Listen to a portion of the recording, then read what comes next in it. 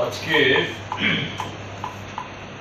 পঞ্চায়েত নির্বাচনের ভোট প্রদানের দিন। আমি শুরুতেই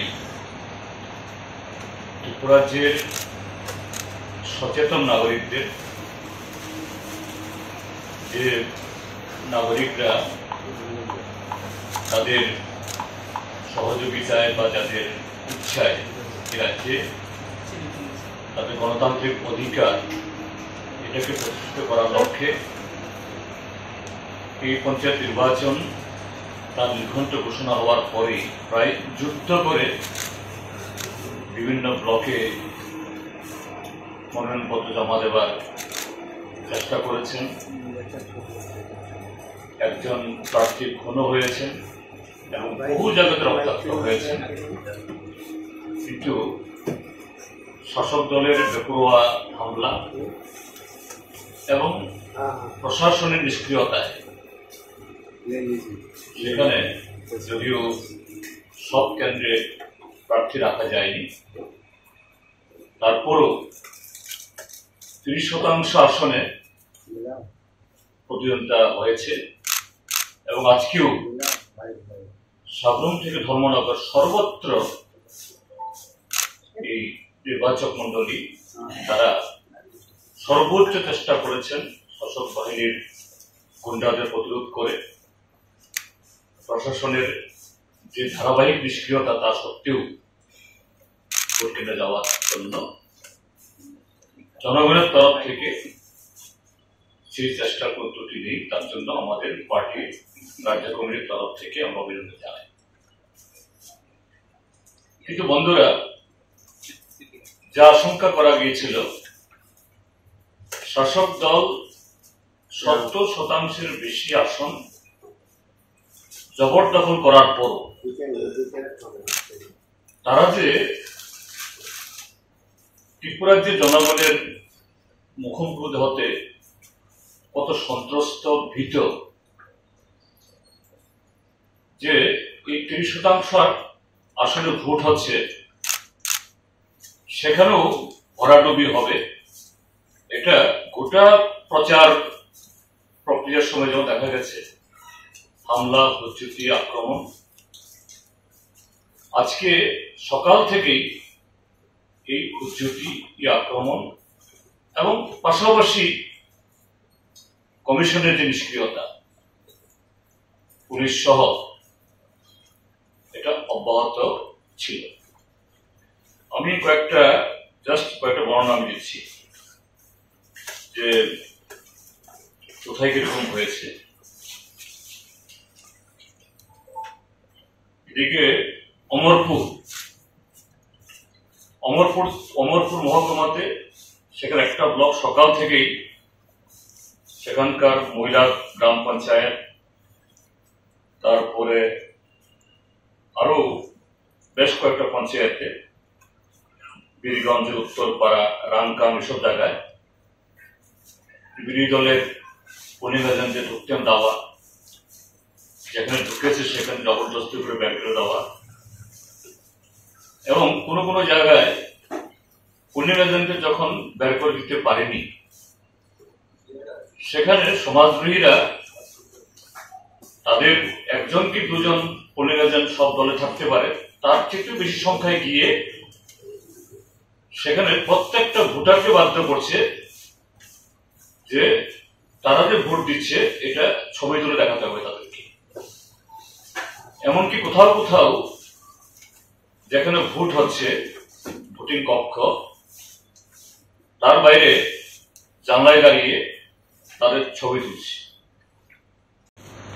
সেই সকল প্রিসাইডিং অফিসারদেরকে, রিটার্নিং অফিসারকে, এসডিএমকে এবং পুলিশকে কোনো ধরনের পদক্ষেপ নেওয়া হয়নি। এরকম রাংকাম, মহিলা, রাঙ্গামাটি সর্বত্র ঘটনাগুলো হয়েছে। এদিকে সিপাহীজলা মহকুমার এই জেলার সুনামরা, এখানে 4টা ব্লক, কাঠালিয়া, মোহনভোগ, বক্সনগর এবং নলছর। আপনারা সকলেই জানেন নলছর আর বক্সনগরে তো কোনো পঞ্চায়েত স্তরে কোনো প্রার্থী দিতে ব্লকগুলি পুরো জবরদখল রেখেছিল। পঞ্চায়েত সমিতিরও কোনো প্রার্থী দেওয়া যায়নি। জেলা শাসকের অফিসে জেলা পরিষদের প্রার্থী দেওয়া সম্ভব হয়েছে।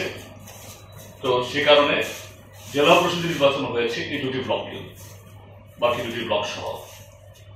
এখানেও সেখানকার মন্ত্রী, এই প্রাক্তন কেন্দ্রীয় মন্ত্রী প্রতিমা ভৌমিক, তারপরে বিধায়ক বিন্দু দেবনাথ, এদিকে বক্সনগরের বিধায়ক এই তোফাজ্জল আহমেদ, এদের নেতৃত্বে সকাল থেকে একেবারে ভোট গ্রহণ শেষ না হওয়া অব্দি, এবং তারপরও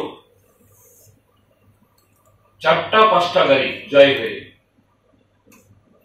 বিভিন্ন জায়গা থেকে, সোনামুড়া শহর এবং আরো মেলাঘর নগর পঞ্চায়েত এলাকাগুলো থেকে সমাজসেবীদেরকে বোঝাই করে নিয়ে এই প্রাক্তন কেন্দ্রীয় মন্ত্রী এবং বিধায়কদের নেতৃত্বে সেখানে বিরোধীদেরকে বাধা দেওয়া, পুলিং এজেন্টদেরকে এই বুথ থেকে বের করে দেওয়া, এই ক্ষেত্রেও পুলিশ নামকে ওয়াস্তে দাঁড়িয়েছে।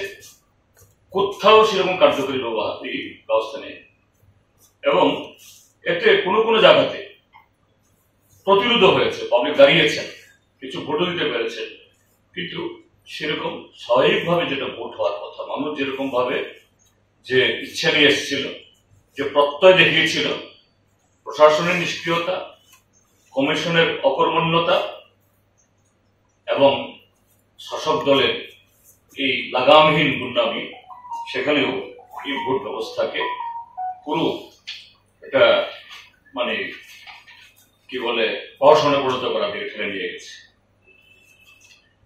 পশ্চিম ত্রিপুরা জেলা, এখানে জানেন এখানকার সব কটা ব্লক, টুকলি, জিরানিয়া, পুরাতন আগরতলা, ভাঙুটিয়া, তারপর মোহনপুর, গ্রাম পঞ্চায়েত স্তরে কোনো প্রার্থী দেওয়া সম্ভব হয়নি। ভোট হচ্ছিল শুধু জেলা পরিষদে। এই জেলা পরিষদের ভোট হচ্ছে কত আতঙ্ক, যে গ্রাম পঞ্চায়েত দখল করে নিল, পঞ্চায়েত সমিতি দখল করে নিল, এখন জেলা পরিষদে যদি ফল উল্টো হয়, এমনিতে ধরা পড়ে গেছে, আরো বেশি এদের মানে লজ্জা এবং বেআব্রু হবে। গতকাল থেকেই এই মোহনপুর মহকুমাতে, বামুটিয়া ব্লক এলাকা, মোহনপুর ব্লক এলাকাতে মন্ত্রীদের সান্নিধ্যের লোকজন, তাদের নেতৃত্বে বাইক বাহিনী গিয়ে ধমকানো, নানাভাবে আতঙ্ক তৈরি করা, এটা আজকেও অব্যাহত ছিল সব জায়গাতে। যে এদের একটু সন্দেহ হয়েছে, এমনকি কোথাও যে শাসক দলের সমর্থক বলছেন তারা যে আমরা তো বিজেপিকে ভোট দেবো, না না না, যেতে পারবে না। সেক্টর অফিসার বা রিটার্নিং অফিসারের কাছে বলা হয়েছে যে আপনারা কেন টহলদারি বাহিনী পাঠাচ্ছেন না। কোনো পুলিশ অফিসারকে বলছেন আমরা গাড়ি নাই, কি করব। এই যে গাড়ি না থাকা, সেন্ট্রাল ফোর্স, মোবাইল ফোর্স, এদেরকে ব্যবহার না করা, এটাও সার্বিক চক্রান্তের অঙ্গ। এইভাবে ভারতীয় জনতা পার্টি তাদের যে জনবিচ্ছিন্নতা, ত্রিপুরাজ্যের গ্রামীণ জনগণের মুখোমুখি হওয়ার যে তাদের ভয়, 70% আসন জবরদখল করে নিয়ে যাওয়ার পরও বাকি 30% আসনে তারা সেই যে কি বলে এই রাজ্যের গণতন্ত্রকে সম্মান করা বিন্দুমাত্র আগ্রহ দেখাতে পারলেন না। তো আমরা বলবো আমাদের পার্টির তরফ থেকে এই সময়টা একটা খুব গুরুত্বপূর্ণ সময় দিয়ে আমরা যাচ্ছি। এখন এই ইন্টারনেটের যুগ, মিডিয়ার যুগ, সারা পৃথিবীর বিভিন্ন ঘটনাগুলি মুহূর্তের মধ্যে আমাদের হাতের তালুর মধ্যে এসে যাচ্ছে স্মার্টফোনের মধ্যে দিয়ে। সারা পৃথিবীর লোক যেমন দেখছেন, আমরাও দেখছি এবং ত্রিপুরা রাজ্যের এই শাসক দল তারাও দেখছে, যারা এইভাবে জনগণের কণ্ঠরোধ করতে চায়, মানুষের ভোটাধিকার প্রয়োগ এটাকে হরণ করতে চায়, ভোটাধিকারকে একবার দুবার পার হতে পারলেও তার পরিণতি কি হয় নিশ্চয় কথা করছে। কাজেই আমরা আজকে এই থেকে বলবো, শাসক দল এর থেকে শিক্ষা নিক এবং আমাদের বিভিন্ন এই মহকুমা থেকে, ব্লক থেকে, আমাদের পার্টির মহকুমা কমিটি, কোথাও আমাদের বিধায়করা, কোথাও আমাদের প্রার্থীরা, জেলা পরিষদ, পঞ্চায়েত সমিতি, তারা বিভিন্ন জায়গায় কমপ্লেন করেছেন, যে বাঞ্চ অফ কমপ্লেন আরো অনেক আছে, আমি শুধু যেগুলো আমাদের পাঠিয়ে দেখালাম। আমরা অনুরোধ করব যে এই 12 তারিখে গণনা, আজকে হলো 8 তারিখ, মাঝখানে আরো 4 দিন বাকি আছে। এগুলো গুরুত্ব বিবেচনা করে আমরা সব জায়গার কথা বলছি না, আমরা বলছি বিশেষ করে অমরপুর, বিলোনিয়া, সিপাহীজলা, সোনামুড়া, এই সিপাহীজলা জেলার সোনামুড়া,